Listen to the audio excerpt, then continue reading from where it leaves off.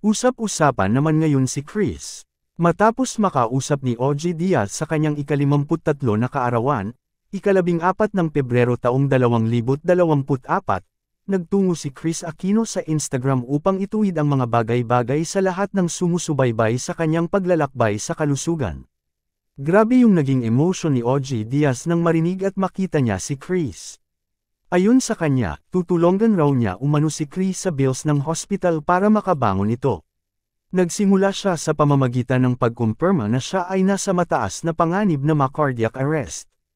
Ang kanyang caption, "Oo, dahil kay Churg Strauss mayroon na akong cardiomyopathy."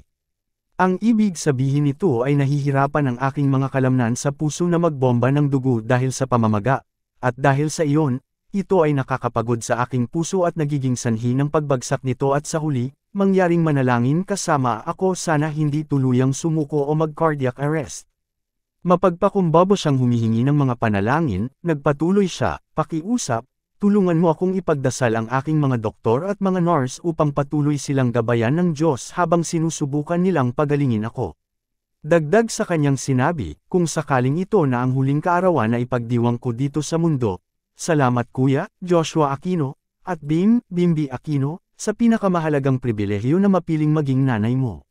Salamat sa aking mga kapatid na babae para sa kanilang pagmamahal at pagkabukas palad. Sa aking maliit ngunit napakalapit na bilog ng mga pinsan at kaibigan. Sa inyong lahat sa pagtupad ng lahat ng pangarap ko noong bata pa ako." Ito ang kanyang huling sinabi, "I want to live in this world." Ikaw, anong masasabi mo? Mag-iwan ng mensahe sa baba at huwag kalimutang mag-like and subscribe for more videos.